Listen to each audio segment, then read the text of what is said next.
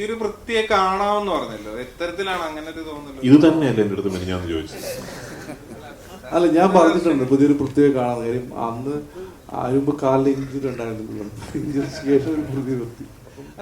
എനിക്ക് തോന്നിയിട്ടുള്ളത് രാജു, എൻ്റെ ഒരു പേഴ്സണൽ തിങ്കിങ് ആണ്, രാജു ഭയങ്കര പ്രിപ്പയർ ചെയ്തിട്ട് സിനിമ ചെയ്യുന്ന, ഡയറക്റ്റ് ചെയ്യുന്ന അല്ലെങ്കിൽ അഭിനയിക്കുന്ന ഒരാളാണ്. പക്ഷെ അവിടെ വന്നപ്പം അതെന്തായാലും തോന്നി. അപ്പം അതൊരു പുതിയ കാര്യമായിരിക്കുമല്ലോ, തോന്നിയിട്ടുണ്ട് ചിലപ്പോൾ.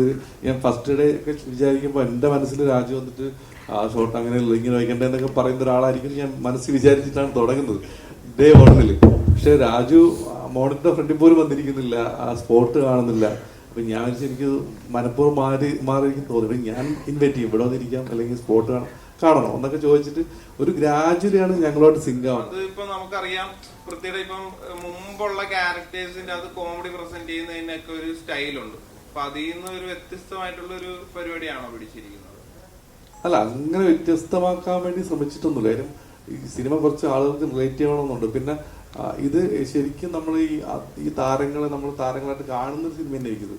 പൃഥ്വിരാജ് ആണെങ്കിലും ബേസിലാണെങ്കിലും നിഖിലാണ്, അനശ്വരാണെന്നൊക്കെ നമ്മൾ ഫീൽ ചെയ്യുന്ന ഒരു സിനിമയായിരിക്കും. അത്രയും ഭയങ്കര ക്യാരക്ടർ പിടിക്കാനുള്ള ഒരു സിനിമയല്ല, നമ്മളൊരു കല്യാണം കൂടാൻ പോകുന്ന ഒരു സിനിമയാണ്. അപ്പം ആ ഒരു വൈബിൽ പോകുന്നതുകൊണ്ട് നമുക്ക് ഒരുപാട് ക്യാരക്ടർ ചേഞ്ച് ഒന്നും വരുത്താൻ പറ്റില്ല. എന്നാലും ആ ക്യാരക്ടർ ഡിമാൻഡ് ചെയ്യുന്നത് അങ്ങനെ പ്രസന്റ് ചെയ്യണമെന്നാണ്. അപ്പം എന്നാലും സിനിമയുടെ ആ പിന്നീടുള്ള പോക്കിന് ഗുണകരമാവുള്ളൂ. കാര്യം നമ്മൾ ഭയങ്കര റിയലിസ്റ്റിക് ആയിട്ട് പടം പിടിച്ചാൽ അവസാനത്തുമ്പോൾ നമ്മൾ ലോജിക്കൊക്കെ കയ്യിൽ നിന്ന് പോകുന്നുണ്ട് പലരും. ആ കയ്യിൽ നിന്ന് പോകുമ്പോൾ ഇതുവരെ കണ്ട സിനിമയിലോ നിങ്ങൾ കാണുന്നതെന്ന് വിചാരിക്കും.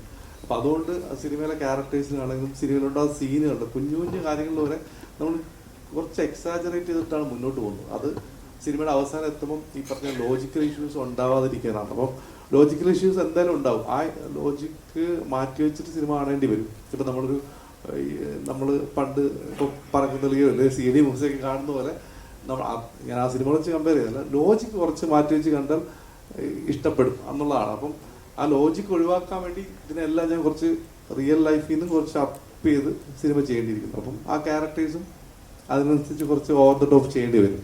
അതിപ്പം നമ്മൾ രാജുവിനെ മാത്രമായിരിക്കും ചിലപ്പോൾ ട്രെയിലർ ടീസർ അങ്ങനെ കണ്ടത്. ഇവിടെ ഇരിക്കുന്ന എല്ലാവരും അതുപോലെ ചെയ്യുന്ന ഇച്ചിരി കിളി പോയാൽ ഇച്ചിരി കാരിക്കേച്ചർ ആയിട്ടുള്ള ക്യാരക്ടേഴ്സ് തന്നെയാണ്. പുതിയൊരു വൃത്തിയെ കാണാമെന്ന് പറഞ്ഞല്ലോ, എത്തരത്തിലാണ് അങ്ങനെ ഒരു തോന്നുന്നത്? ഇത് തന്നെയല്ലേ എന്റെ അടുത്ത് മെനിഞ്ഞാന്ന് ചോദിച്ചത്? അല്ല, ഞാൻ പറഞ്ഞിട്ടുണ്ട് പുതിയൊരു വൃത്തിയെ കാണാൻ. കാര്യം അന്ന് ആയുമ്പ് കാലിൽ ഇഞ്ചുറി ഉണ്ടായിരുന്നില്ല, ഇഞ്ചുറിക്ക് ശേഷം ഒരു പുതിയ വൃത്തി. അല്ല, നമ്മൾ ആടുജീവിതത്തിൽ ഞാനത് ശ്രദ്ധിച്ചിട്ടുണ്ടായിരുന്നു. അത് നമ്മൾ എൻ്റെ ഒരു സിനിമ പുള്ളി ചെയ്ത രീതി. ഇതിൽ നമുക്കൊരു നെഗറ്റീവ് ഷെയ്ഡുള്ള എന്നാൽ കോമഡി ഹാൻഡിൽ ചെയ്യുന്ന ആദ്യം അങ്ങനത്തെ ഒരു ജോണറിൽ രാജു ചെയ്തിട്ടില്ല.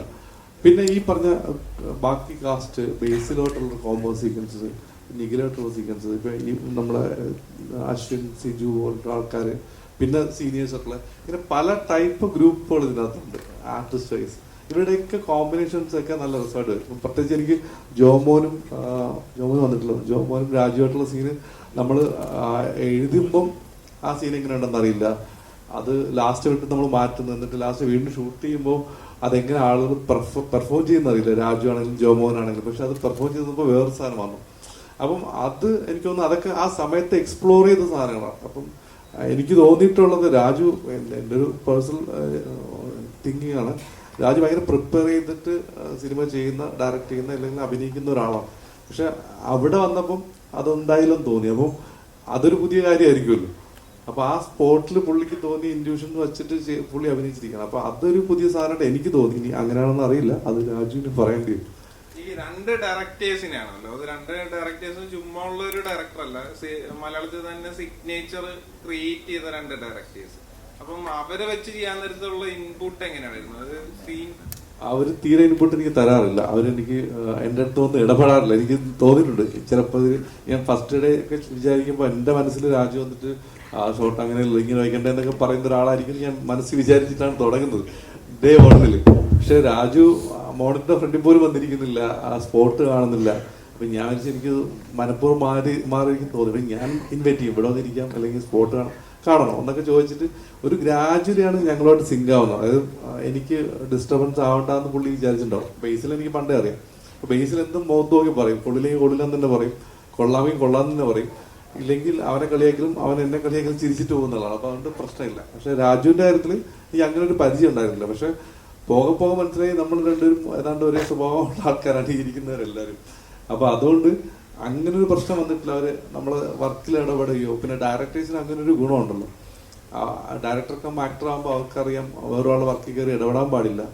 അവർ ഒരു വലിയ കാര്യം ചെയ്തുകൊണ്ടിരിക്കുമ്പോൾ അതിനിടയിൽ ഈ ചെറിയൊരു മാറ്റങ്ങളൊന്നും വരുത്താൻ ശ്രമിക്കില്ല എന്ന് എനിക്കറിയാം. അത് അവരും അതങ്ങനെ മെയിൻറ്റെയിൻ ചെയ്യുന്നുണ്ട്. അപ്പം ഒരിക്കലും ഡയറക്ടേഴ്സ് ഒരിക്കലും വേറൊരു ഡയറക്ടർ ഡിസ്റ്റർബ് ചെയ്യില്ലെന്ന കാര്യം എനിക്ക് ഉറപ്പാണ്. അപ്പോൾ അത് രണ്ടുപേരും ആ ഒരു അകലം നമ്മളിന്ന് എപ്പോഴും സൂക്ഷിക്കുന്നുണ്ടാവും. പക്ഷെ എന്നാൽ ഞാൻ കാണിച്ചു കൊടുക്കുമ്പോൾ അവർ വർക്കായെങ്കിൽ വർക്കായി തന്നെ പറയും, ഇല്ലെങ്കിൽ ഇല്ലെന്ന് തന്നെ പറയും. അതുണ്ട്. പക്ഷെ എന്നാലും നമ്മുടെ ഒരു ജോലിയിൽ കയറി അവർ ഇടപെടുന്ന ഒരു സ്ഥിതി എനിക്ക് ഏറ്റവും കംഫർട്ടായിട്ട് വർക്ക് ചെയ്യാൻ പറ്റുന്ന രണ്ട് ആക്ടേഴ്സായിട്ട് മാറി. അത് അവര് ഡയറക്ടേഴ്സ് ആയതുകൊണ്ടാണ് അത് അതങ്ങനെ ഒരു റെസ്പോൺസിബിലിറ്റി എടുത്ത് മാറി നിൽക്കുക, അല്ലെങ്കിൽ നമുക്ക് ആ ഫ്രീഡം തരുന്നതെന്ന് എനിക്ക് തോന്നിയിട്ടുണ്ട്.